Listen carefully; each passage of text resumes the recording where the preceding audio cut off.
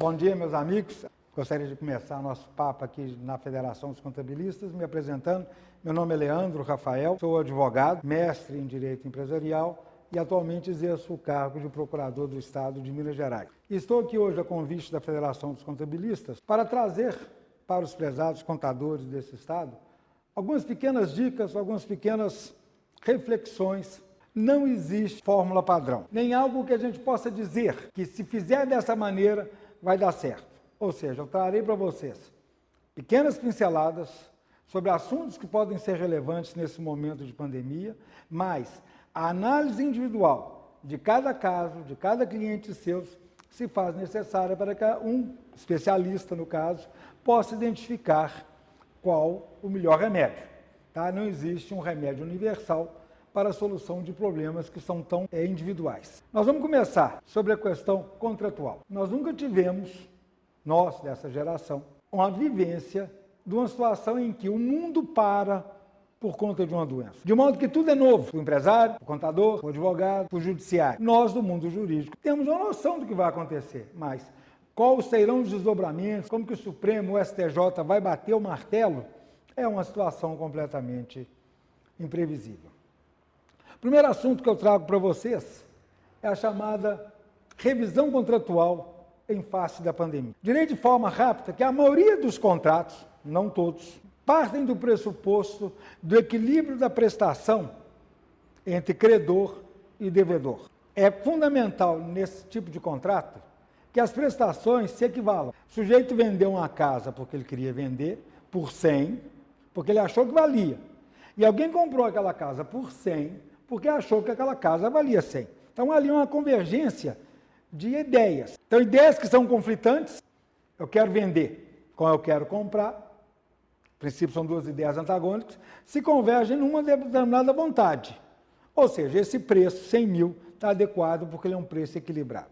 Isso se mostra muito relevante nos chamados contratos de prestação continuada ou de execução prolongada. A maioria dos nossos contratos são de execução imediata. Eu compro o sapato e levo para casa. Eu compro o carro e levo para casa, exceto se eu fiz um financiamento ou se eu fiz ali um consórcio, o que for. Mas a maioria dos nossos contratos, eles são celebrados de forma imediata e se exaurem em si mesmos. O problema surge quando a gente está falando de contratos que se prolongarão no tempo. Contratos de fornecimento, em que haverá 2, 3, 4 anos de contrato. Um contrato de construção do imóvel, que pode demorar aí 2, 3 anos sendo construído. Como é que fica essa nossa situação? Obviamente que a primeira recomendação que eu posso dar a vocês é a busca do entendimento. A primeira tentativa que deve ser feita é uma tentativa de negociação. Mas, frustrada a tentativa de negociação, até porque todo mundo também tem necessidade de receber, todo mundo passando pela dificuldade, a gente tem que buscar soluções jurídicas. E nós temos hoje no Código Civil 2 artigos que tratam especificamente da situação. O artigo que trata da chamada caso fortuito ou força maior. Em caso fortuito ou força maior, diz o artigo 317 do Código Civil, quando por motivos imprevisíveis sobrevier desproporção manifesta entre o valor da prestação devida e do momento de sua execução, poderá o juiz corrigi-lo, a pedido da parte, de modo que assegure, quanto possível, o valor real da prestação. Obviamente que nós estamos num momento de motivo absolutamente imprevisível. A pandemia, obviamente, não fazia parte da previsão de ninguém. Isso pode ter gerado um desequilíbrio contratual. Então, se não for possível a negociação para que seja refeita as contas e as prestações a serem pagas fiquem adequadas, nós podemos, com base no artigo 317 do Código Civil, pedir ao juiz que reveja proporcionalmente a prestação, inclusive diminuindo, se for o caso. Vamos dar um exemplo. Locação em shopping. Caso, eventualmente, estou falando de maneira genérica, o shopping não aceite renegociar o valor do aluguel, é possível, com base no artigo 317, que o juiz determine a redução proporcional do aluguel, a perda de faturamento e a perda de movimento no shopping.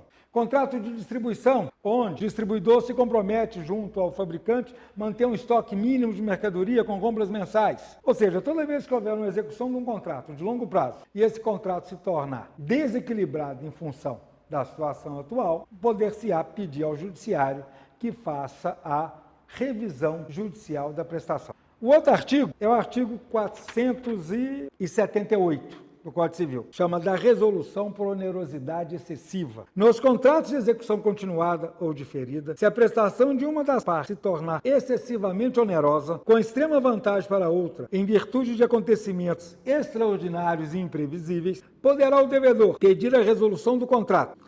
Pedir a resolução e pedir a rescisão. Os efeitos da sentença a decretar retroagirão a data da citação. Duas situações diferentes. Quando houver o desequilíbrio, com base no artigo 317, eu peço a revisão da prestação. No caso aqui, obviamente, nós estamos falando uma revisão para baixo. No caso do artigo 478, nós iremos pedir a rescisão contratual com base na onerosidade excessiva. O fundamento é o mesmo.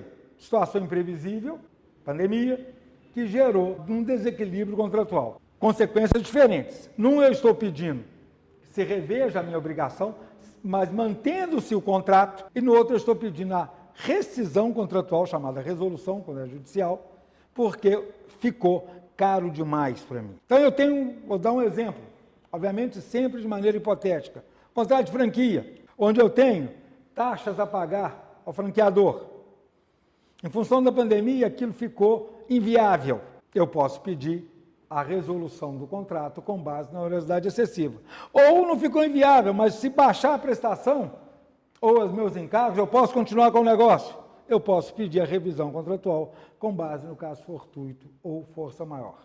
Duas situações previstas em lei e que podem ser a solução para aquelas empresas que se veem hoje numa situação de perda substancial de faturamento para reverem as suas obrigações contratuais. Sabendo que, se houver a resolução por onerosidade excessiva, não há que se falar em multa contratual, e outra, se houver a revisão judicial da coisa, o contrato continua valendo, somente que em novas proporções.